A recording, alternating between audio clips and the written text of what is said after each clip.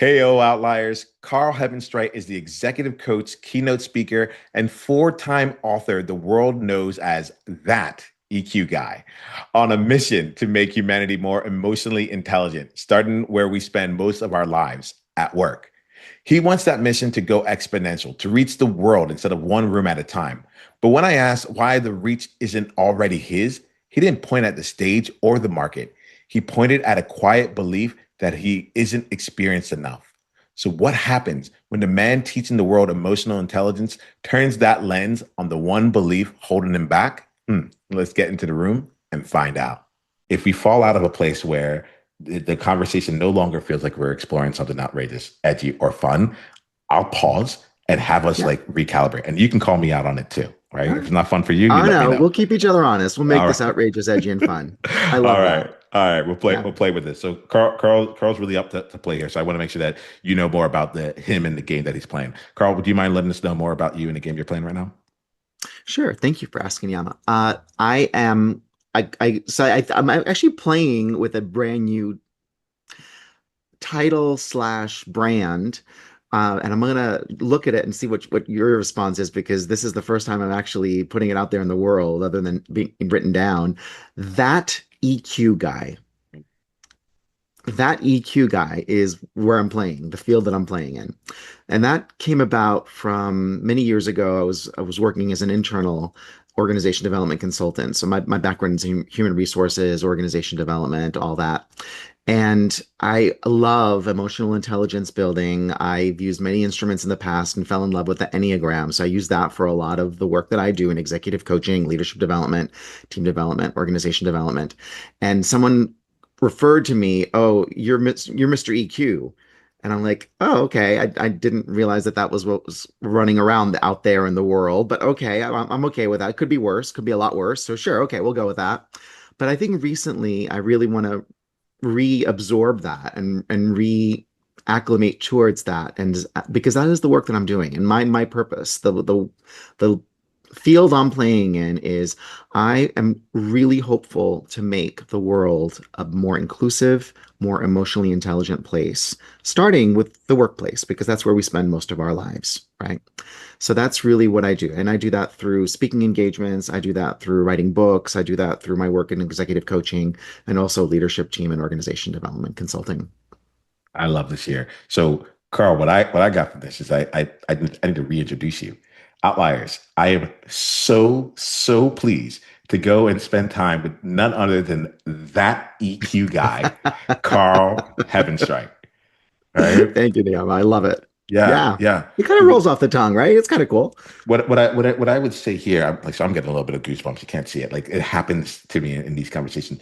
Is that like one of the things about these conversations? It's not what gets said. It's about like who we are being throughout it, Mhm. right? And one of the key things that keeps showing up is the word ownership. I call it Yeah. owning your outlier, right? And Hmm. so like for me, I'm like, if you're that EQ guy, you tell me, and like I do some research of people before they come on, but I'd like to leave a lot of space because I'm like, I know what your website says. I know what your Hmm. bio says, right? Yeah. But I want to see like who do you say you are? And do I believe you? You know? Hmm. And so that's like in that element there, I'm like, if you're that EQ guy, you didn't come out as Mr. EQ. You decided like, no, I'm that EQ guy. Oh, okay. Here's that EQ guy. Yep. Makes Hmm. sense. You know? How does that Yeah. feel? How does that feel here? Like I'm purposely saying it a few times for you to like hear it I here. I love it. I love owning it because Yeah. that truly is the field that I play in. That is Yeah. the world I play in. I do want to make the world more emotionally intelligent. And I'm not saying I'm the most emotionally intelligent person in the world Okay. Well, because I'm that's working. emotional intelligence as it is, right? Yeah, thank you. But yeah, so working continuously on myself as well as helping my clients to work on themselves. And we actually touched on a little bit about this earlier while we were talking about before we hit the record button. And it was about the fact that we do have all these skills, tools, gifts within us already. It's just that we're not accessing them for whatever reason, whether society and family and whatever our situations in have downplayed them or told us not to show them, or we don't even realize they're within us. And I really look at the Enneagram as a tool that helps us identify that those tools also, those gifts also are within us. And let's start exploring them and playing with them and seeing how they can help us be even more effective and emotionally intelligent in life. So a couple of different things. One, please bring in Niiamah throughout this year. I will. Yeah, sure. I love to leave room for people to hunch where like what my enneagram is and everything. Oh, yeah. Yeah. Like I learned that back in consulting. There was one time where they had some kind of like personality assessment. I know, and it's not that, but they had a personality assessment, and part of the game was to be able to hunch because they're like you're going to be working with other clients, Mhm. and so like your ability to be able to help them understand Yeah. like came out. And so that's a game that I've decided to keep going. Like, that's now I'm looking, I'm like, wow, like it's been like almost 20 years since I, since I Yeah. like got into that space. So that's one. So let's play with that. Um, there was a And second thing. ideally, what we want to make sure is that we need the person to tell us what their motivation is because we can't figure it out from just their behaviors or what they're saying. Only they Mm, can tell us what their true motivations are. that feels really good. Outliers. So you listen to this here, like there's some component of here around like this. Now I'm talking about like claiming, like because this actually feels different than other things that I've been with, where it's like you take the assessment and like we'll tell you, Mhm. right? Whereas like this one, you're like you go here, you claim it, and we'll reflect, but Yeah. you claim it here. All right, cool. Yeah, because it's not visible. The others are visible. Some of those others are visible. Oh, extrovert, introvert. We can see that. We can see that Yeah. happening. We can see when it's happening. We can see all those other, oh, assertive on the dominant on the disc or whatever it is, or all the other ones. You can those are visible things. Those are behaviors. Whereas with the Enneagram, it's like what's underlying that? What's underneath that? What's the why of that behavior? That was so like I I'm an Enya fan. I haven't gone to it, but I'm an Enya fan, and it was one of the things that like really surprised me when we got into when we really started looking at the motivation of like, oh, Mhm. like what's behind it all. Yeah. And it's I will say I enjoy continuing to play with it. I can tell you my Enneagram at any point if it would make Mhm. it more fun for you in this conversation. Oh, Um, you don't have to. okay, well, I'm Not, going I to don't know now. it. I haven't intuited it, All or right, I'm just gonna tell you, we're not Carl. Now, supposed I to do want that you to either. know. I want So you to yeah, know. Are you cool to know? I'll Yeah, if you share, I'm I'll putting it share out too. there. How's I'll that? put it out there. Yes, I am an Enya 7. You know, Okay. yeah. And that is part of my triadic style. My thinking style is seven. A lot of people Mm. find there's a lot of seven energy in me, and I lead with type two, the helper giver, Ah, considered helper. Yeah. okay. All right. So Hmm. we'll play with that. We'll see how it comes into play. We're in a bit. We're gonna be like moving into a space of like focus on you and what you're building and what you're creating here. Before we Hmm. get that, do you want to give a little outliers a little bit more time and space to like get a sense of like how you help organizations leverage this and Yeah. what like where the magic sauce lies there, and then we'll make Yeah. a transition. It's through a couple different ways. So I can enter an organization either through an executive coaching engagement where an executive hires me because they have some goals that they want to achieve and we achieve them. I help listen and ask the right questions, hopefully, and or questions that aren't even right until we get to the right questions that inspires something and that gets to a point where they something clicks for them and they realize that they need to be doing things differently or think about things differently, basically expanding their mindset into other ways, which again is emotional intelligence. It's understanding where you are, where you're grounded, what your self-awareness is, and that there are other ways of looking at things that are equally valid. And how do we adopt those and integrate them into the expansion of our own worldview and our own mindset? So that's one part. Usually, if I come in through that road, they'll want me to do those same exercises like a team building with their direct reports. So bring the leadership team together and everyone goes through an Enneagram workshop, finds out how they work together, like what each of their core motivations is, what that means, why they do the things that they do, and that they're not evil. No one's evil. No one's out there to get at anyone or hurt someone's chances of promoting or whatever it is. It's just different. It's a different way of looking at things, and we need to honor and value those because we can't all have the same way of looking at things because that creates groupthink and groupthink creates errors. And we've seen that happen where, space shuttles blow up because everyone's thinking the same thing and no one's willing to challenge and to ask the questions and to say, hold on a second, we didn't think about this or we're not considering this enough. right? Just looking at it from different perspectives, putting on a different hat, a different set of lenses, a little glasses, whatever it is. So that could be executive coaching. It could be through team building sessions, which can also lead to more executive coaching of some of the other leadership team members as well.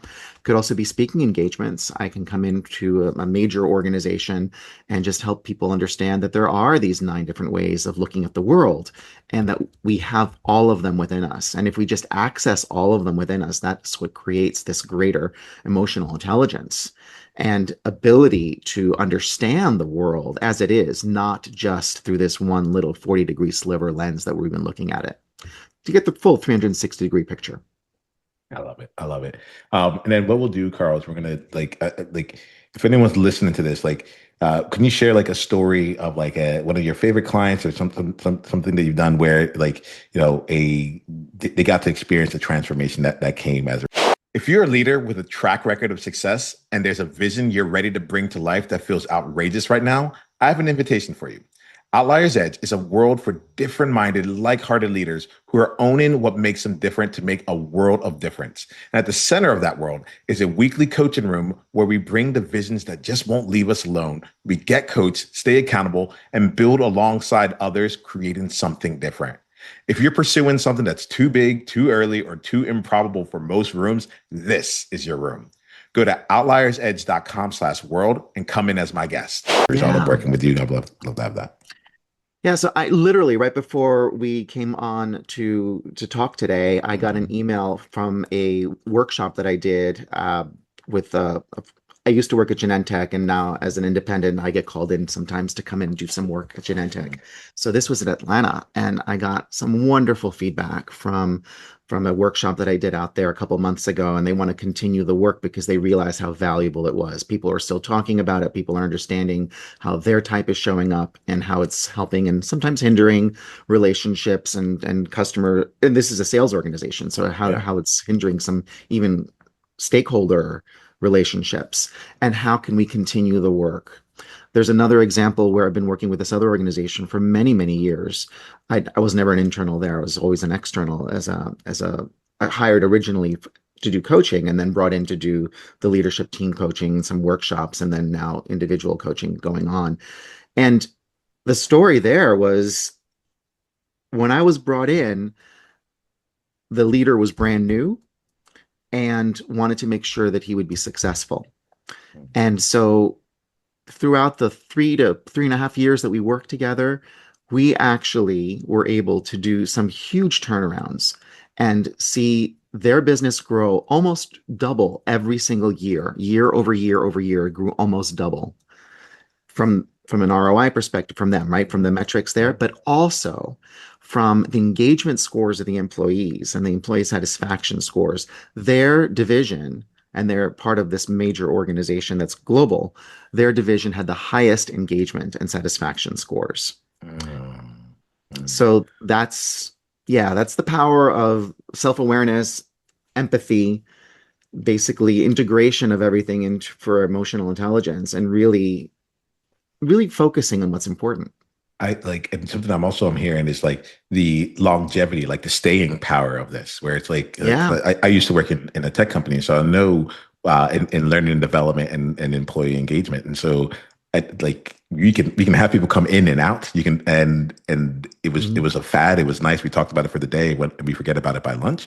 Or you can have things where like it changes the way yeah, that we talk to each other in things. yeah. We're proactively building around it. And so one of the things that I'm hearing from here is like, oh, okay, it lasts. It It's does not last. it It's lasts the for that. sustainability is incredible because you can start seeing the insights of the Enneagram apply to anything. One of the books that I've written is exactly about that. It's like instead of having a different flavor of the week for whatever tool you want to use for conflict management or strategic planning or communications or team building or coaching or whatever, the Enneagram really helps give you the insights for all of those. So if you learn the language of the Enneagram and how it all works together, how it all is related, then you can apply it to any type of challenge. There was another organization where I was an internal, where it was an R&D organization in clinical diagnostics and life sciences, and I did a team building event for the research and development division,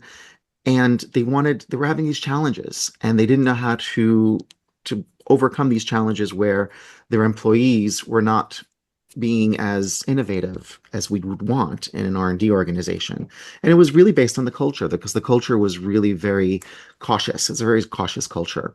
And so they were stuck. They couldn't figure out, as a leadership team, how can we help our team become more empowered and feel like we have their backs if they go out on a limb and they're innovative and they create some amazing thing, rather than feeling cautious all the time. And we basically use the Enneagram. We said, hold on a second. We can use the insights from each of the different Enneagram energies and points to come up with questions around, is this the right thing to do? How does this support our relationships with our stakeholders and our teammates? Is it part of our goals? Does it support our goals, right? Is it something new in the niche, something creative? Is there data to support this? Is there a backup plan if we decide to go forward with this and it goes wrong? How about how many different other avenues does this open up for us, Mr. Seven, Nice. by the way? Nice. Nice. Yep. And Yep. how do Yep. we, is this within our purview to execute on it, right?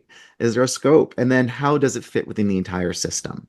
So if they proactively addressed each of those different elements, which is the Enneagram 1 through 9, we just went through some questions that would apply to those energies of it, and the insights that they get from that, they know that they've looked at it from a full system perspective Yes. Yes. and are making a choice that would be backed up by their leadership, because they knew that they had the right things in mind, the right way of looking at it, And that's one of and the things positive I'm appreciating intentions. about this here, right? Where it's not just a tool. It's you're connecting it to actual real world either problems, constraints, or Yeah, outcomes that are coming in, and that's where this thing become. It's like to be really fun because I've talked to some people who are just like enthusiasts, and it's like no, no, no.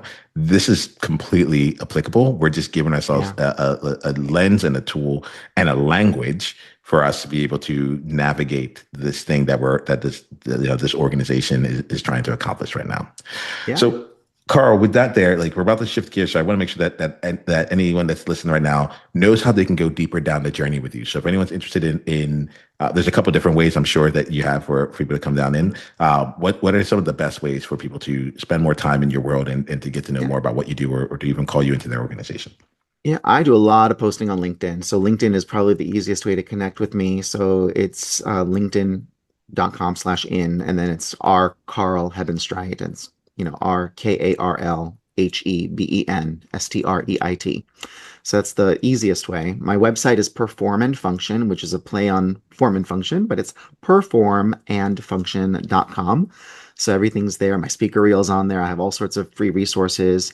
All my books are on there. So you're welcome to obviously read one of the books. The first one that we slightly touched on was The How and Why, Taking Care of Business with the Enneagram. I have a children's book to help make our children's and our next generation's lives easier if they learn the concepts and structure of the Enneagram and the diversity that's with all their friends, that would make life a lot easier for them from the very beginning, rather than having to learn it later in life. And that's Nina and the really, really tough decision. And that's in 6 languages.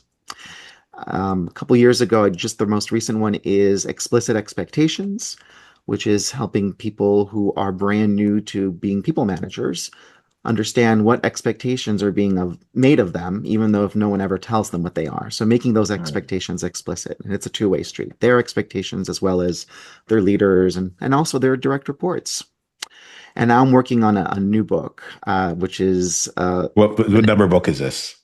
what number? It's Yeah. the fourth book, Okay. which actually was the second book, and I never finished it because I didn't know how to. But now I do.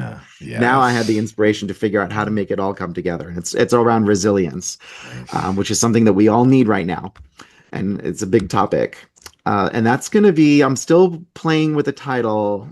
It's very similar to a TEDx talk that I just gave Okay. about being enough already. So being Yeah. enough. And being enough because we actually have all the resources within us, which is, as you know, as a coach, that is a key notion that we have about all of our clients is they're fully capable. They just don't know how to access it. How can we help them access these resources that they already have within them, right? And that's enough already, activating your fully functional self. All right. So outliers. y'all have like there's no reason why you cannot get into Carl's world. And I'm actually happy that we're gonna switch, not we're about to, we are switching gears now. But I'm happy that we're doing this here because I realized as you were sharing here that it actually opens up a wonderful opportunity, right? So for the rest of this conversation, we're gonna be exploring things with a different hat on, right? We're gonna be looking at this and saying, all right, we know that you are accomplished in what you're doing, what you like, and the value that you bring to organizations and beyond, right? And and like we get to see like how you've created out in the world. What I love here is like you've seen the outlier. Now we get a chance to see the edge, right? And so for the rest of this conversation, what I want to do is open up something that is still being in creation Yeah. that you want to talk through. Yeah. Outliers. Like this is a really wonderful juxtaposition because we're not here to just kind of report on what other people have done. We're here to like we're Yeah. in the mix. Yeah. We're Yeah. figuring things out. And Hmm. what I will say is that like everything that comes here from here is because of like the strength that you have that makes it that takes us into whatever else comes next. So why am I saying this? What I want to say.